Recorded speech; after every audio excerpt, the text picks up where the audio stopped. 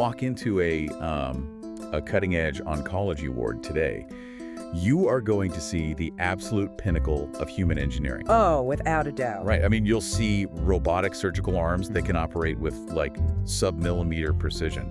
You'll see targeted gene therapies that are custom built for a patient's specific DNA. Yeah, it's incredible. But if you look closely at a patient in the recovery room of that exact same hospital, you might also see them receiving an intervention that was invented over 3,000 years ago in a rural Chinese farming village. And nobody is batting an eye at it. Exactly. And that's what we're getting into in today's deep dive. I want you to imagine your personal medicine cabinet. And not the physical one in your bathroom with the expired ibuprofen. Yeah, we all have that one bottle. Right. But I'm talking about a conceptual, limitless medicine cabinet that spans the entirety of human history across the entire globe. Wow, okay. You open the door, and sitting right next to a highly advanced CRISPR genomic sequencing kit is a bundle of ancient, pungent herbal formulations. It's all in there. Everything human beings have ever devised to try and get well. Which is really the reality of the medical landscape you and I are navigating right now. Yeah. We're living in this highly globalized era where the spectrum of recovery is just wider than it has ever been. It really is. Because for generations, the medical establishment operated on a very rigid kind of either binary. You either chose evidence-based allopathic science or you stepped completely outside the system into local traditional practices. Right, it was one or the other. Exactly. But the data in our sources today points to this massive paradigm shift. That wall has basically come down. Okay, let's unpack this. Because for the longest time, the standard operating procedure was to treat the human body as just a collection of isolated symptoms. Right. Like you have a cough, we attack the cough. You have an inflamed joint, we suppress the inflammation. Or whack-a-mole approach. Yeah, exactly. But the source material we are diving into today outlines how we are moving aggressively toward viewing the body as a complex, dynamic ecosystem. Mm-hmm. An ecosystem that actually demands a combination of high-tech scientific precision and, well, ancient systemic philosophy. What's fascinating here is that the most effective, statistically successful healing today is actively happening at the intersection of these seemingly opposed disciplines. Right. We're seeing the absolute best of Western acute science integrating with Eastern systemic philosophy. It's no longer just a straight, standardized line from illness to wellness. No, not at all. It is a highly customized, biologically complex roadmap. Totally. And to really grasp how we combine these distinct methods, we have to start by acknowledging the undeniable, overwhelming power of the modern Western model. Allopathy. Right, allopathy. And we aren't going to spend time defining what an antibiotic or an MRI is. I mean, you already know that. Yeah. But look at the mechanisms of what we are achieving right now. We aren't just blasting the body with broad-spectrum chemicals anymore. Far from it. I mean, allopathy's true superpower is acute catastrophic intervention. It relies on the scientific method, clinical trials, and, advanced technology to isolate the exact biological failure. Right. Take immunotherapy, for example. We aren't just poisoning a tumor and hoping the patient survives the poison. Which was kind of the old way. Exactly. Now, we are extracting a patient's own T cells and changing them in a lab to recognize the specific protein signature of their unique cancer. It's wild. And then reintroducing them so the immune system acts as its own targeted assassin. See, I always think of modern allopathic medicine like an elite, specialized mechanic working on a high-performance engine. Oh, that's a great analogy. Like if your car's timing belt snaps, you don't want the mechanic to just guess what's wrong or tell you the car's energy is off. No, definitely not. You want them to plug a diagnostic computer into the OBD2 port, read the exact error code, pull out the broken part, and install a new one. When we talk about minimally invasive laparoscopy or gene therapy, literally editing the foundational DNA sequence to remove a disease-causing mutation, that is the mechanic fixing the precise physical what of an ailment. And if you suffer a ruptured appendix or a complex compound fracture, you want that elite mechanic. You need them. You want the absolute precision of allopathy. The limitation, however, and this is really where the allopathic model hits a wall, is chronic systemic dysfunction. Right, the stuff that lingers. Exactly. If a structural MRI shows that a patient's spinal surgery was a complete success, but that patient is still experiencing debilitating chronic pain and fatigue 6 months later, well, the mechanic doesn't have an error code for that. Right. The what is fixed, but the system is still failing. Because a complex machine doesn't just need its broken parts swapped out. The oil needs to circulate at the right pressure, the battery needs to hold a charge, and, the environment it operates in dictates its lifespan. Precisely. If the allopathic model is the what, we have to look at how traditional systems map the why and the how. Yeah, and this bridges us perfectly from the Western what to the Eastern why and how. Right. And the text dives into traditional Chinese medicine, or TCM, which is built entirely on the concept of qi, which is often translated as life energy and the balance of yin and yang. When this flow of qi is blocked, illness occurs. So practitioners use acupuncture, tailored herbalism, and physical therapies like cupping and gua sha to release tension and toxins. Right, stimulating those points to move the energy. Exactly. Then the text brings up Ayurveda, the Indian science of life, which categorizes individuals into 3 doshas. Vata, Pitta, and Kapha. Right, those 3. And it focuses on returning you to balance through specific diets, lifestyle changes, and cleansing rituals called panchakarma. And it's really crucial to understand that these traditional systems aren't just historical footnotes. No, not at all. They predate modern science by millennia, sure, but they remain the primary functional healthcare for millions of people worldwide today because they are fundamentally mapping the biological terrain rather than just targeting an isolated symptom. Okay, wait, I have to stop you there. Sure. Because we just talked about CRISPR and engineered T cells. And now we're talking about invisible energy flowing through meridians and metabolic doshas. I know, it sounds like a leap. If I'm looking at this purely through an evidence-based biological lens, my alarm bells are ringing. Like, how do we, sitting here in the 21st century, reconcile the concept of qi with the hard, visible science of an MRI we just talked about? Yeah. To a lot of listeners, this probably sounds like 2 completely incompatible languages. And that skepticism is exactly what kept these worlds segregated for a century. Right. But the key insight from the source is that true holistic healing isn't anti-science. Okay. It's a pre-industrial vocabulary describing highly complex biological realities. Like, don't think of qi as some magical invisible mist. Right, not a mist. Think of it as an ancient term for bioelectricity, ATP cellular energy production, and the fascial networks that encase our muscles and organs. Oh, wow. Okay, so when an acupuncturist says they're moving stagnant qi, what is actually happening under microscope?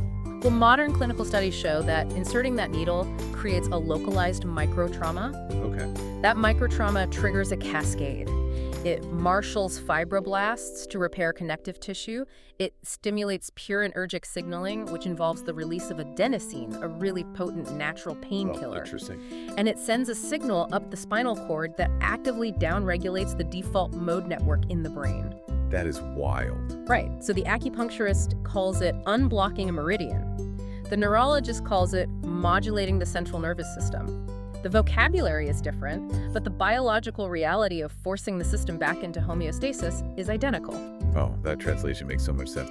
And I assume it applies to Ayurveda too, right? Yeah. Like, it isn't just a personality quiz. Exactly. If Ayurveda categorizes you as a Pitta, it's essentially identifying that you have a naturally high metabolic rate, perhaps a hyperactive sympathetic nervous system, or, elevated thyroid function. Yes. It's prescribing a lifestyle to downregulate that specific biological baseline. Precisely.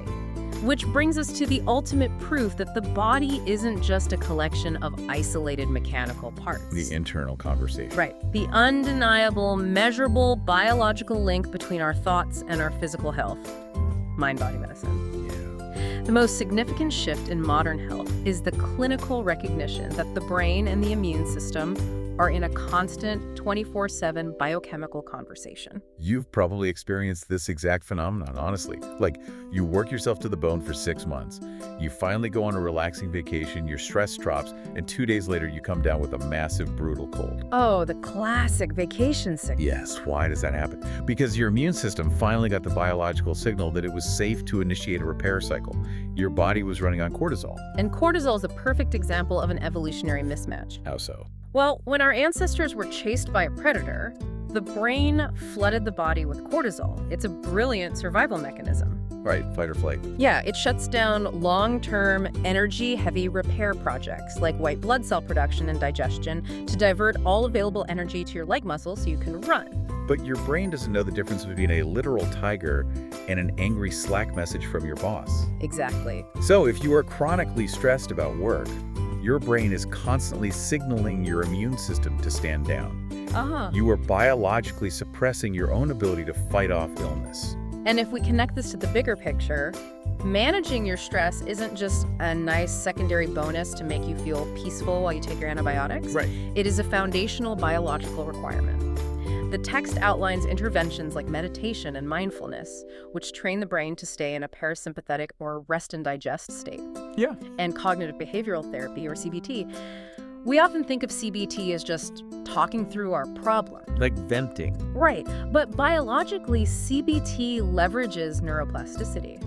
By consciously rewiring distressing thought patterns, you are actually shrinking the reactivity of the amygdala over time. A less reactive amygdala means less cortisol, which directly lowers systemic inflammation markers, like C-reactive protein in your blood. Here's where it gets really interesting, though. Look at biofeedback. Oh, I love this part. Right.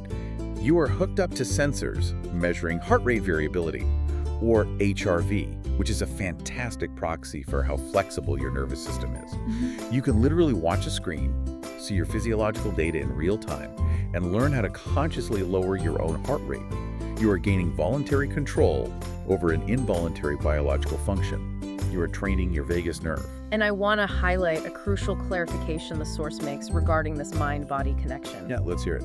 The mind cannot simply think away a structural failure. Right. If you fracture your femur, all the positive visualization and high vagal tone in the world will not set the bone. You need the elite allopathic mechanic for that. Definitely. However, your mental state and your baseline cortisol levels act as the biological directors that dictate how efficiently and how completely that bone will knit back together. So if our internal thoughts dictate the efficiency of our physical repair, then our external environment and what we physically consume are the literal building blocks for that repair. The foundation. Exactly. And this is where the source dives into holistic and natural healing. Let's look at nutritional therapy. It's moving way beyond just counting calories or macros. Oh, yeah. Let food be thy medicine. Right. We are talking about optimizing the microbiome. When you eliminate ultra-processed foods and eat a diverse, plant-rich, anti-inflammatory diet, you are feeding gut bacteria that produce short-chain fatty acids, like butyrate. And butyrate literally signals the immune cells in your gut lining to stand down from chronic inflammation. Food is biochemical information. And the environment acts as information as well. Yeah. The text discusses stepping off the grid entirely into natural healing practices.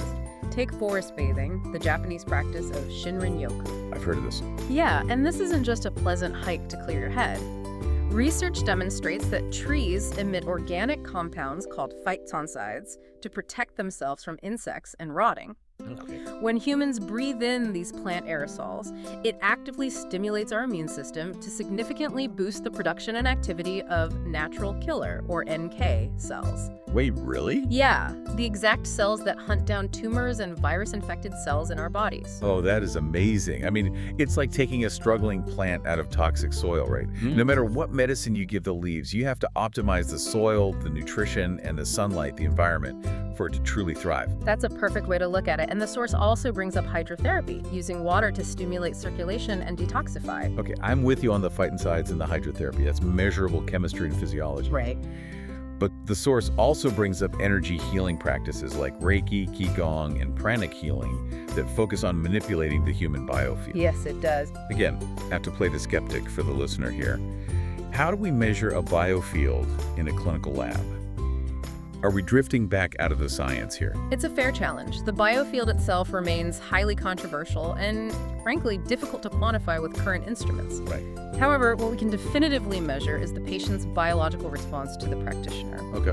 When someone receives Reiki, even if we debate the mechanism of the energy transfer, the clinical outcome is a profound downregulation of allostatic load. Oh, right. We see a massive spike in oxytocin, a plummeting cortisol, and the nervous system shifting heavily into a parasympathetic rest and digest state. Wow.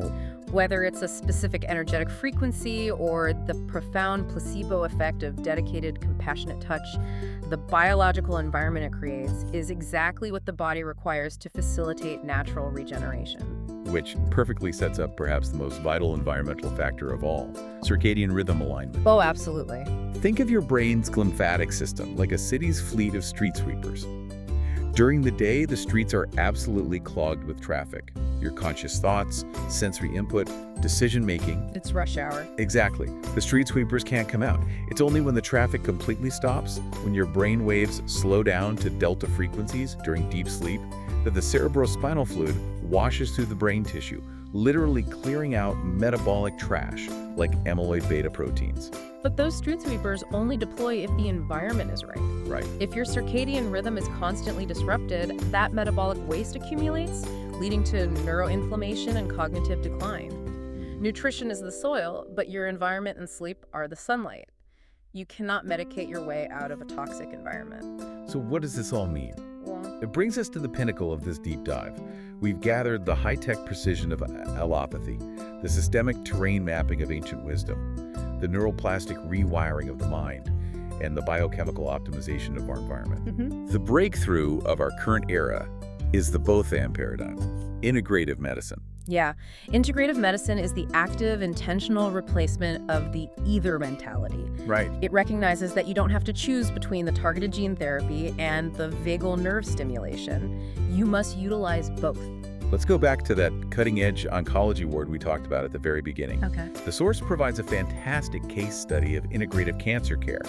You have a patient receiving Western checkpoint inhibitors to aggressively uncloak and destroy cancer cells. The acute intervention. Exactly.